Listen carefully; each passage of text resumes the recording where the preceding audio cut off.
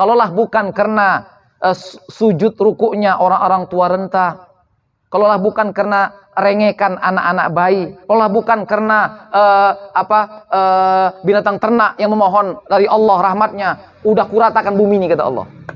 Semua yang kita lakukan seumur hidup kita, dari dulu sampai sekarang, sampai mati, sholatnya, puasanya, zakat, semuanya itu tidak layak sebenarnya untuk menebus dan membeli sepotong roti dari Allah Ta'ala.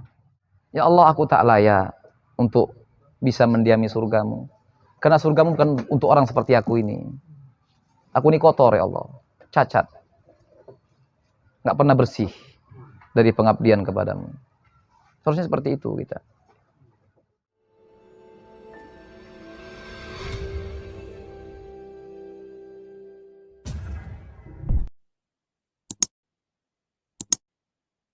Wala'alla syaitan yuwaswisu ilaika bi anna at-ta'ati wal qurubati laisa laha idzan ayu daurin fi tafaddulillahi 'alal 'abd wa idzan fala farqa baina iqbalil 'abdi ilaiha wa i'radihi 'anha. Boleh jadi syaitan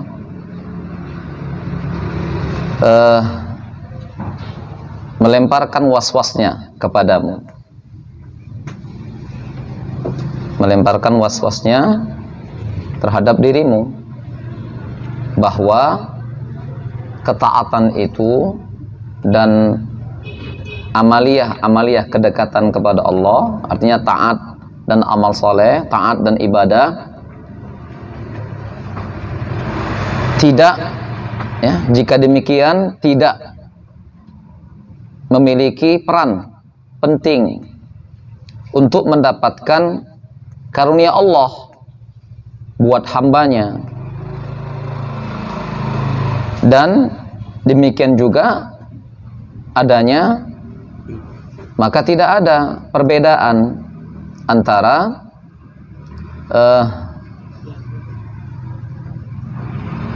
hamba melakukan ketaatan dan amal soleh itu dan berpalingnya dia dari amal soleh itu. Jadi tidak ada perbedaan seakan-akan, karena penjelasan sebelumnya yang di atas bahwa ketaatan bukan itu yang membuahkan hasil seseorang mendapatkan anugerah Allah Ta'ala, kan? Anugerah Allah itu murni pemberian Allah, ya kan? Bukan ketaatan yang mengundang hadirnya, kan? Itu kan penjelasan yang di atas. Sehingga salahlah orang yang bertumpu bersandar dengan amal untuk mendapatkan anugerah Allah, karunia dan pemberiannya. Karena anugerah Allah itu diberikan oleh Allah murni, karena memang kasih sayangnya, kepemurahannya dan rahmatnya. Kan itu penjelasan sebelumnya, ya, yang berulang-ulang di dalam sekian paragraf. Jadi kalau begitu, khawatirnya gini, setan ambil peran di sini. Wa la'alla syaitan yuwaswis ilaika bi anna ta'at wal qurubat laisa laha idzan ayudaurin fi tafaddulillahi 'alal abdi. Boleh jadi syaitan akan membuat tipu dayanya, ya, melemparkan tipu dayanya kepadamu. Apa tipu dayanya? Nah, kalau begitunya adanya, berarti ketaatan dan amal soleh nggak punya peran apa-apa untuk mendapatkan karunia Allah itu, kan begitu. Untuk mendapatkan, menghadirkan karunia Allah buat hambanya, ya kan? Wa idzan, dan jika demikian, kalau begitu berarti nggak ada bedanya apakah si hamba melakukan amal ibadah dan ketaatan itu atau dia tinggalkan sama sekali. Karena melakukannya atau meninggalkannya itu bukan jadi syarat, ketentuan dan peran untuk menghadirkan anugerah Allah, karunianya, kepemurahannya, pemberiannya, ihsannya, karomnya dan sebagainya, kan itu. Nah, bagaimana kalau setan membius seseorang dengan pemikiran seperti itu? Bagaimana kalau setan menuangkan was-wasnya ke dalam benak seseorang, sehingga seperti berpikiran, ya kalau ternyata bukan amal yang mengundang hadirnya apa yang Allah berikan kepadaku berupa karunia, rahmat, kebaikan, apa sajalah. Jadi ngapain aku beramal? Bukan itunya sebenarnya. Itu kenapa dikatakan berulang-ulang, jangan bertumpu dengan amal, jangan bertumpu dengan amal. Ya kan begitu? Jangan bertumpu dengan amal untuk mendapatkan yang tadi itu. Karena bukan dengan amalmu kau dapatkan itu. Kau dapatkan dengan anugerah Allah, pemberian Allah. Murni gitu. Jadi mendapatkan pemberian Allah murni. Dikarenakan pemberian Allah itu juga. Untuk mendapatkan rahmat Allah murni. Yang menghadirinya rahmat Allah itu juga. Jadi kalau begitu ngapain beramal? Kan sama aja. Amal nggak membuat kesan. Amal nggak beri kesan sedikit pun. Ya kan begitu. Nah, bagaimana kalau seperti itu? Ya, yang dilemparkan oleh syaitan ke benak seseorang. Wala'alla syaitana yuwaswis ilaika bi anna ta'ati wal qurubat laisa laha idzan ayudaurin. Enggak punya peran fi tafaddulillah 'alal abdi. Dalam mewujudkan anugerah Allah buat hambanya. Wa idzan, jika demikian juga fala farqa, maka enggak ada bedanya. Hamba berbuat kebaikan itu, amal dan kebaikan atau tidak sama sekali. Itu maksud baina iqbalil abdi ilaiha awil i'radi anha. Iqbal ilaihi itu maksudnya mengamalkan, melakukan, menghadap kepada amal-amal itu. I'rad berpaling. Ya, maksudnya melakukannya atau tidak, meninggalkannya. Nggak ada bedanya kalau begitu. Melakukan amal itu atau meninggalkannya sama sekali. Kenapa? Karena melakukannya pun nggak ada peran dan andil untuk menghadirkan anugerah Allah. Karena anugerah Allah datang bukan karena itu. Dia datang murni karena sebagai pemberian Allah itu sendiri. Nah, kira-kira gimana? Kalau andai kata seperti itu, terlintas di benak seseorang dari apa yang sudah diuraikan sebelumnya di atas. Apa kata Sayyidi Syekh, saya menyebutnya Imam Ghazali al-Asr. Walakin fal ta'lam anna hadzal waswasa asy-syaitan anna hadzal waswasa asy-syaitaniyya laysa natijatan li hadzal ladzi nashrahuhu min kalam Ibnu Athaillah Sakandari rahimahullah wa radiya anhu wala li kalami ulama at-tauhid fi hadzal sadad. Laqad qala Allah Ta'ala wa rahmati wasi'at kulla syai'. Afaqala ba'da dzalik sa'aktubuha lin-nasi jami'a am qala fa sa'aktubuha lil ladzina yattaqun. Jadi walakin, akan tetapi yang harus sama kita maklumi ya, dari meluruskan persepsi di atas dengan was-wasnya syaitan terhadap seseorang ya. Dengan apa tadi? Was-wasnya amal, ibadah, ketaatan gak punya peran untuk menghadirkan anugerah, karunia, pemberian Allah. Jadi gak perlu, gak ada, sama saja. Nah, itu was-wasnya. Walakin fal ta'lam, akan tetapi fal ta'lam, hendaklah Anda tahu dengan baik. Ana hadzal waswas asy-syaitani laisa natijatan. Bahwasanya waswas syaitan ini yang seperti ini bukan natijah, bukan buah ya, atau hasil dari apa yang kita uraikan selama ini, bukan. Ya, yang kita uraikan selama ini dari ungkapan atau mutiara hikmah Ibnu Athaillah Sakandari. Tidak juga buah dan hasil dari penguraian maksud ungkapan para ulama tauhid ya, berkenaan dengan hal ini. Enggak. Allah telah berfirman kepada kita yang sudah disinggung juga sebelumnya, wa rahmati wasi'at kulla syai'. Rahmatku meliputi segala-galanya. Apakah setelah firman Allah itu lalu Allah melanjutkan kalimatnya sa'aktubuha lin-nasi jami'a, aku pastikan semua manusia mendapatkannya, atau Allah sebenarnya berfirman dengan lanjutannya amqala, atau Allah berfirman fasa'aktubuha lilladzina yattaqun? Yang mana firman Allah? Nah, lanjutan ayatnya fasa'aktubuha lilladzina yattaqun. Aku pasti memberikan, menuangkan, melimpahkan rahmat itu kepada mereka-mereka yang bertakwa. Jadi betul, rahmatku meliputi segala-galanya, tapi ku berikan kepada yang bertakwa, bukan kepada semua manusia. Nah, di sini. Jadi berarti ada nilai takwa, ya kan, dibanding yang dengan tidak takwa. Karena rahmat Allah itu diberikan kepada yang bertakwa, kan begitu. Nah, jadi lebih lanjut begini kata beliau.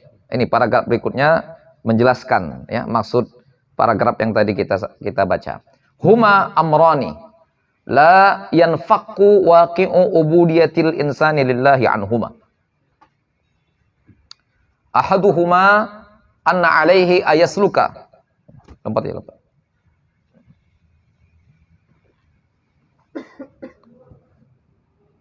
Huma amrani la yanfaq waqi'u ubudiyatil insani lillahi anhuma. Ahaduhuma atau ahadihima anna alaihi ayasluka masalikal huda wal iltizam bi awamirillah wal ibtiadi an nawahi. Thanihima ayya'lama annahu bi rahmatillahi wa afwihi la bijuhudihi wa amalihi yanalul mathubata wal ajr.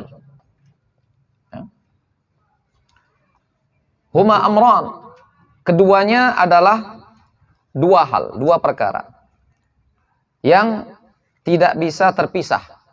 Realita ubudiyah seorang hamba kepada Allah Subhanahu wa taala darinya. Jadi dua perkara ini adalah dua perkara yang realita ubudiyah seorang hamba kepada Allah tidak bisa terpisah dari keduanya. Ya. Ahaduhuma, salah satunya anna alaihi ayasluka. Yang pertama, maka si hamba tadi wajib harus meniti jalan-jalan hidayah. Meniti jalan-jalan hidayah. Meniti jalan hidayah dan iltizam dengan perintah-perintah Allah serta menjauhkan diri dari segala larang-larangannya. Itu yang pertama. Hal yang kedua yang tidak bisa terpisah dari apa? Tidak bisa dari realita ubudiyah seorang hamba terhadap Allah Subhanahu wa taala. Jadi ada dua realita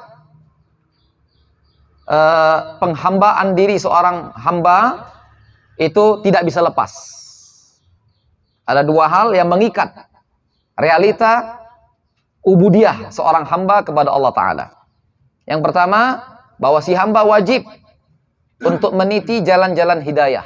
Artinya taat kepada Allah, patuh kepada Allah, turut perintah Allah itu. Itu yang pertama. Iltizam dengan perintahnya, ibtiad dari nawahi, dari larang-larangannya. Yang kedua, ayya'lam. Yang kedua, hendaklah dia juga paham dan sadar.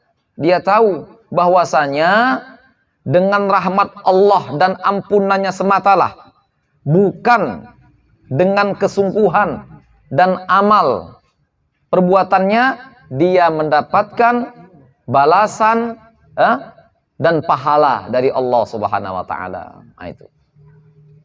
Bisa kita pahami ini paragrafnya? Kira-kira? Bisa? Paragraf yang ini? Oke.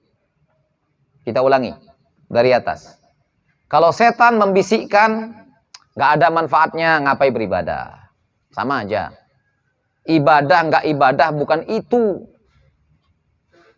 yang menghadirkan datangnya anugerah Allah, karunia-Nya.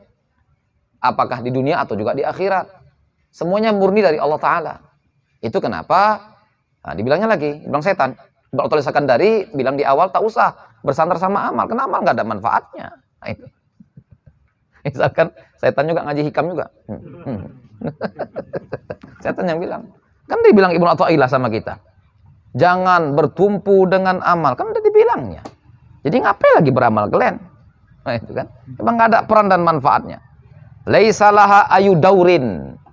Ya kan? Fi tafaddulillahi alal abd. Nah, nggak ada perannya. Nggak ada peran dan nggak ada andilnya. Jadi ngapain? Sama aja. Nyampe-nyampein. Nah, gitu. Apa kata? Ya. Ini was-was yang mungkin muncul di benak seseorang dari uraian hikmah ini sebelumnya. Fal ta'lam anna hadzal waswas laisa natijatan li hadzal ladzi nasrahuhu. Jadi pemikiran, anggapan seperti itu tidak ada kaitan dengan yang kita syarahkan selama ini. Itu maksudnya. Ya, nggak ada kaitan dengan apa yang kita syarahkan selama ini. Dari hikmah Ibnu Athaillah Sakandari atau ungkapan ulama lainnya, ulama tauhid, nggak ada kaitannya. Nah, Allah berfirman, "Wa rahmati wasi'at kulla syai', fasa'aktubuha lilladzina yattaqun." Bukan linnasi jami'an. Jadi artinya ada di sini nilai ketakwaan gitu. Hubungannya dengan rahmat Allah Ta'ala. Kan begitu. Walaupun bukan takwa itu yang menghadirkan rahmat. Tapi begitulah. Allah menyebutkannya kepada kita. Jadi, gimana sebenarnya? Sebenarnya begini. Ada dua hal yang tidak terpisahkan dari realita ubudiyah seorang hamba kepada Allah Ta'ala. Apa itu?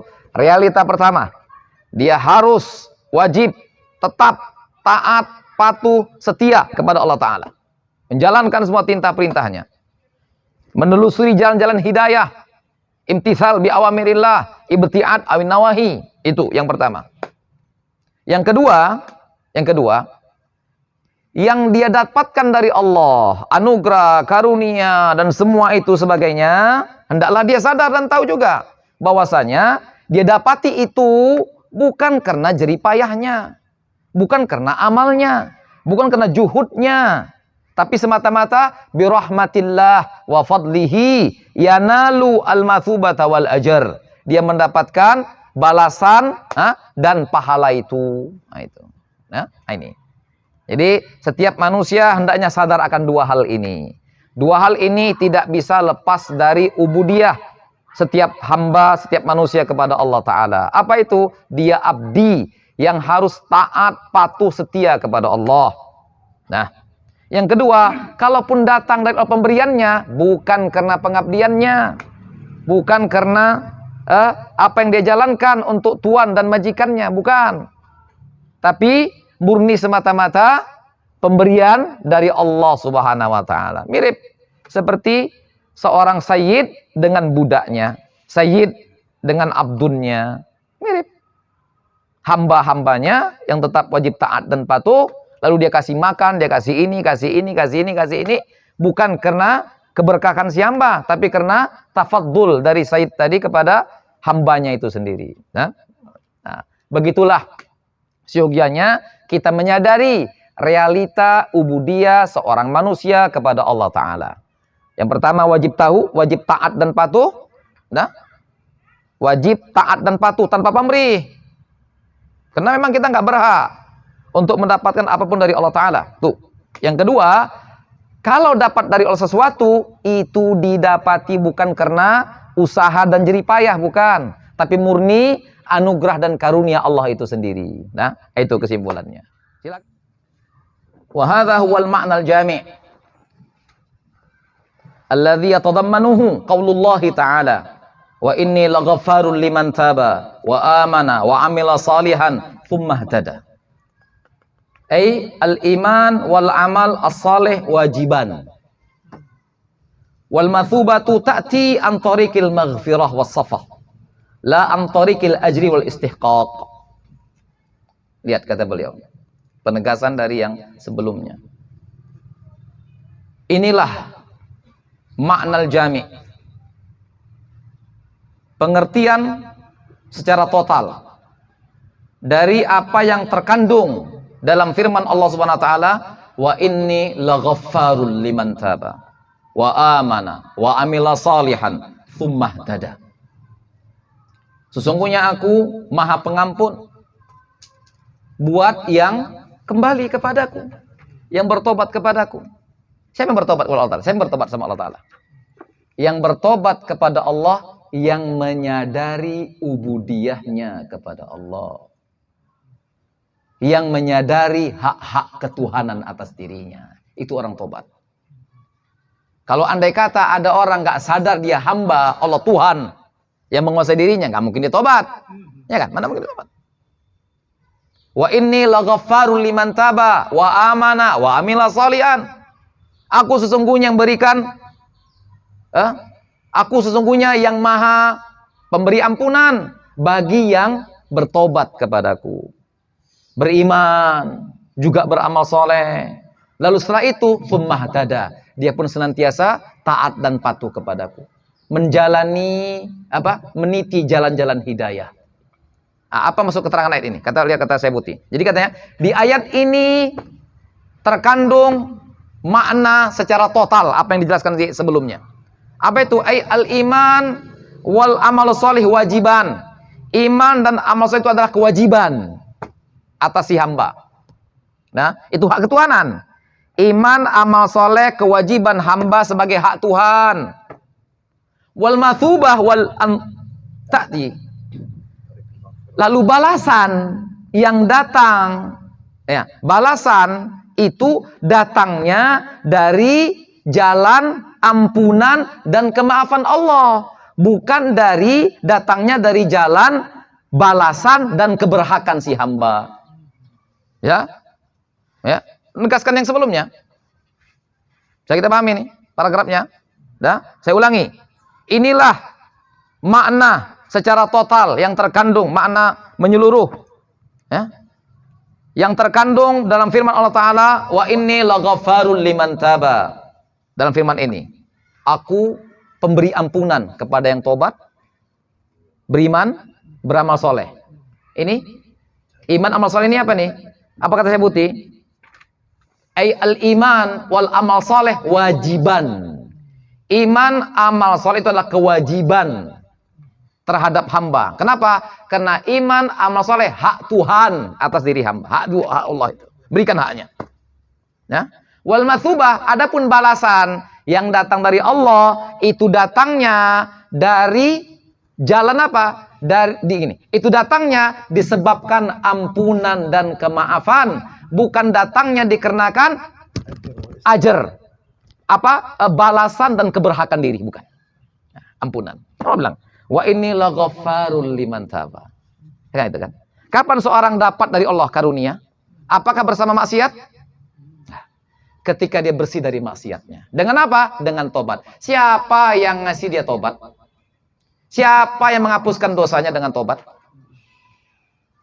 Jadi dengan bersih dia dapat sesuatu. Berarti apa? Bersih itu seakan menjadi syarat dapat dari Allah Ta'ala. Nah, sekarang siapa yang bersihkannya? Berarti dapatnya dia bukan atas keberhakan dirinya, tapi disebabkan apa? Pembersihan Allah Ta'ala, maghfirah dan ampunannya. Bukan karena dianya. Ya itu. Gitu kan? Ya karena kalau nggak bersih dibersihkan. Neraka jahanam. Nah itu. Apa fungsi neraka? Bersihkanlah. Bersihkan yang belum dapat kemaafan dari Allah, dapat maaf selesai. Artinya lagi-lagi yang menyebabkan seorang layak mendapatkan dari Allah atas kebaikan dirinya setelah terlebih dahulu dibersihkan Allah Ta'ala. Pembersihannya itu yang sebenarnya hakikat celah, alasan dan jalan mendapatkan anugerah Allah Ta'ala, bukan balasan dan keberhakan dirinya. Oke?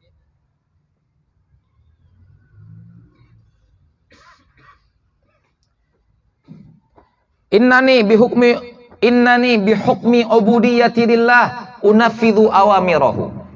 Tilka doribatul ubudiyyati lillahi fi unuqi. Thumma absutu kaffayya atau kaffi ila sama'i qaila, ya Rabb, ana abduk wa bnu abdik wa bnu amatik, nasiyati biyadik, madin fiya hukmuk, adlun fiya qada'uk, as'aluka rahmatak, la tu'amilni bima ana lahu ahlun, bal amilni bima anta lahu ahlun, innaka antal qail, qul kullu ya'malu ala syakilatihi wa syakilatuka rahmah farhamni, syakilatukal maghfirah faghfirli. Ya.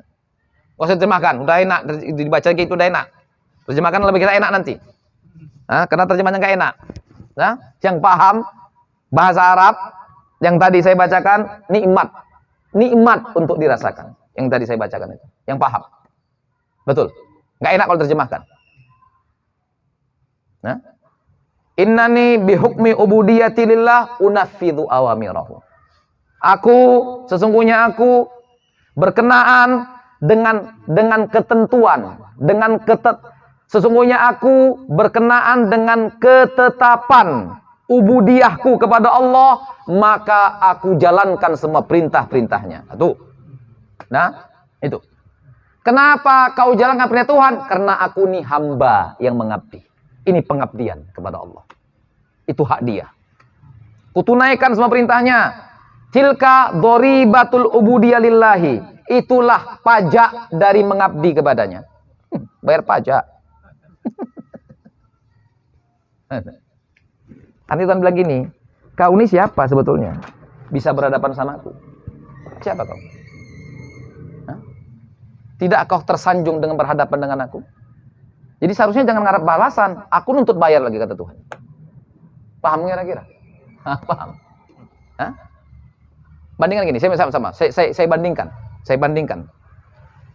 Siapa yang rela melepaskan apapun kepemilikannya untuk bisa bertemu dengan baginda Rasulullah? Siapa di antara? Siapa kira-kira? Saya yakin semuanya, apapun kulepaskan yang kumiliki untuk bisa bertemu dengan Rasulullah. Betul? Istri, anak, harta, semua kulepaskan semua untuk bisa bertemu dengan Rasulullah. Betul? Pantaskah kita bertemu? Rasul minta bayar, Rasul mana bayarnya? Aku udah mau bertemu nih ya. Aku mana kira-kira? Mana yang lebih betul ini? Mana kira-kira? Minta ganti rugi lah. Ya Rasul, aku udah mau kemari nih. Aku udah mau kemari nih. Jumpa sama baginda. Jadi capek udah kemari nih, banyak korban kan ini. Mana balasannya? Mungkinkah seperti itu? Jadi kalau berhadapan dengan baginda nggak pantas untuk menuntut sesuatu, macam mana berhadapan dengan Tuhan? Nuntut sesuatu. Macam mana kira-kira? Maka dikatakan tadi, kau taat patuh kepadanya, menjalankan perintahnya, itu pajak ketuhanan. Itu pajak ubudiyah itu. Kau bayar ubudiyahnya. Ini, syukur karena kau berhadapan dengan aku, maka kau mesti taat sama aku, kata Tuhan. Jangan kau minta-minta sama aku. Paham? Paham kira-kira maksudnya? Hah? Insya Allah yang paham-paham, tak paham, tahankanlah.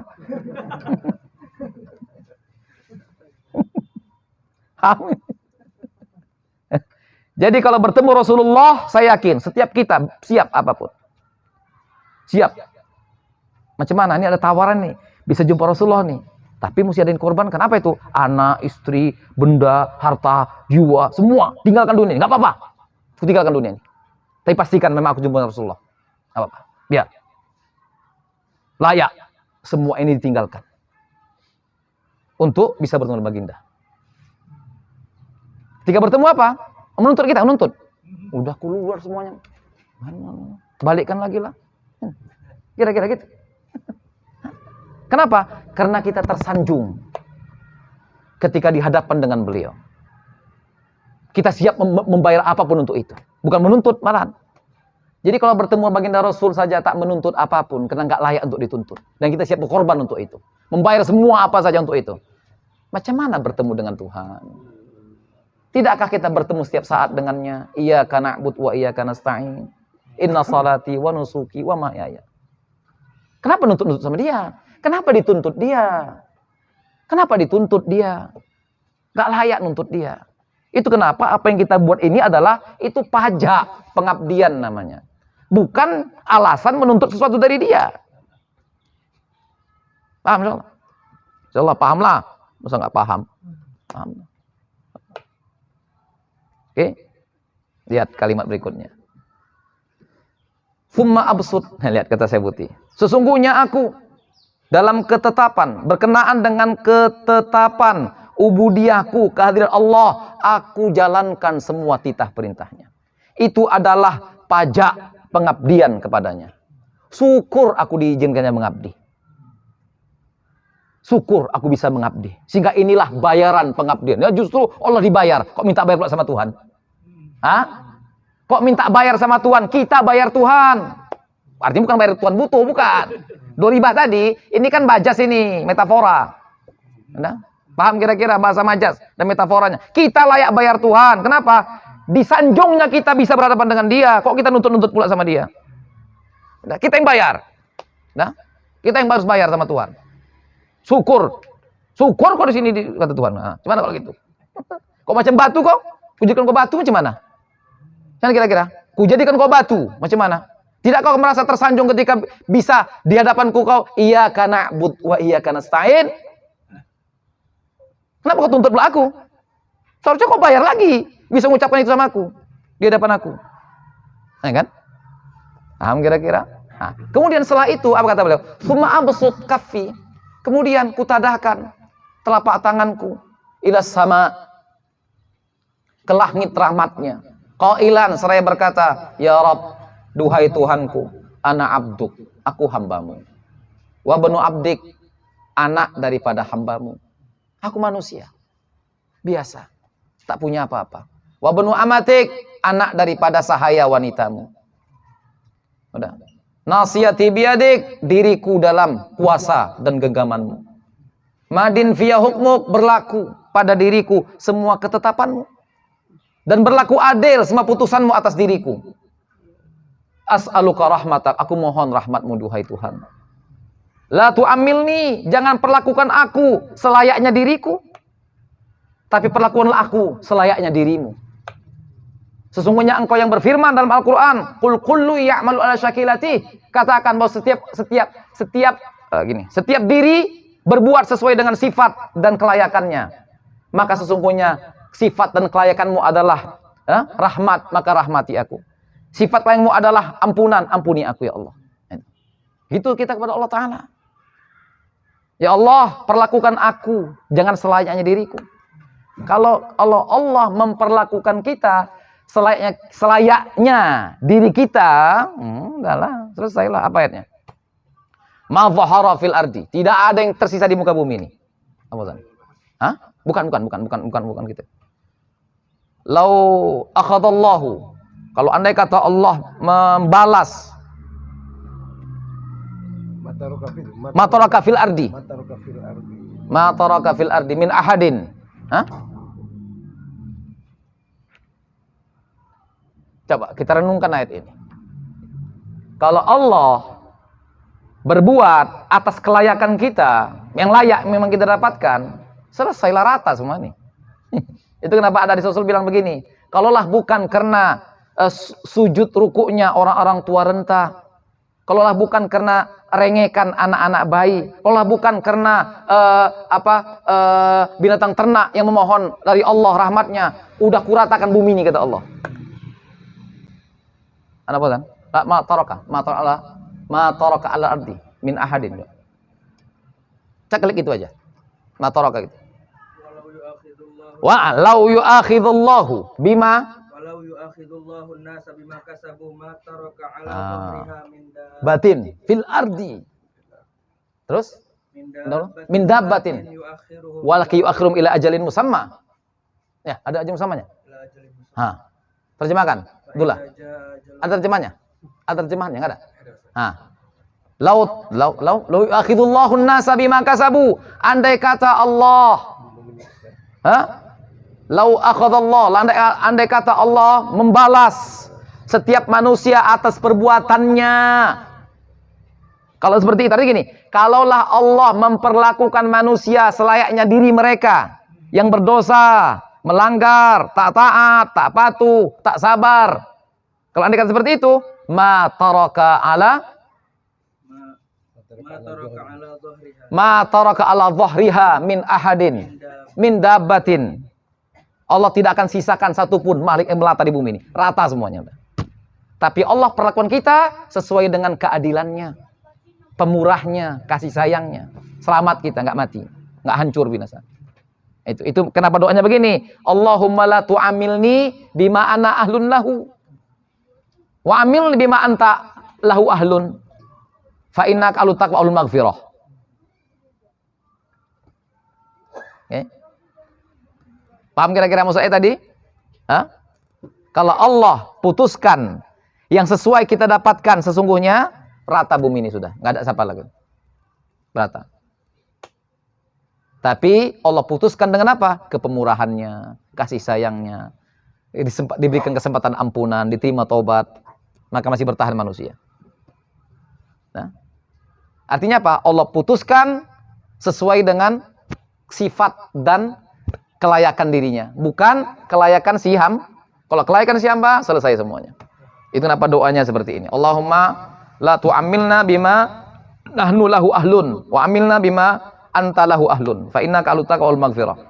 Semua yang kita jalankan sebagai pengabdian ini, apa saya bilang? Tak bisa untuk menebus sepotong roti. Ya kan? Saya sampaikan.